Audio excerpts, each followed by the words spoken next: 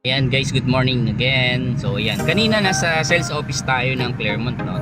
So nandun yung kasi yung sales office natin sa may gate, malapit sa gate. So ngayon, bababa tayo.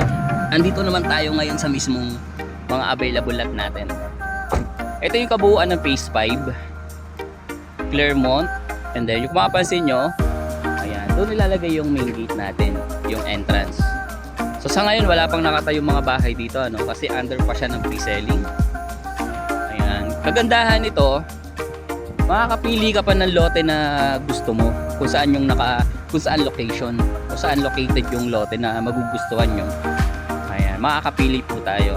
Dito yung mga available na mga 120, 132, 52 square meter and then 110 square meter. Ayan, message nyo po ako once na gusto nyo pong mag-inquire. Message nyo po ako, may number po ako sa baba para ma-assist ko po kayo sa site. Thank you.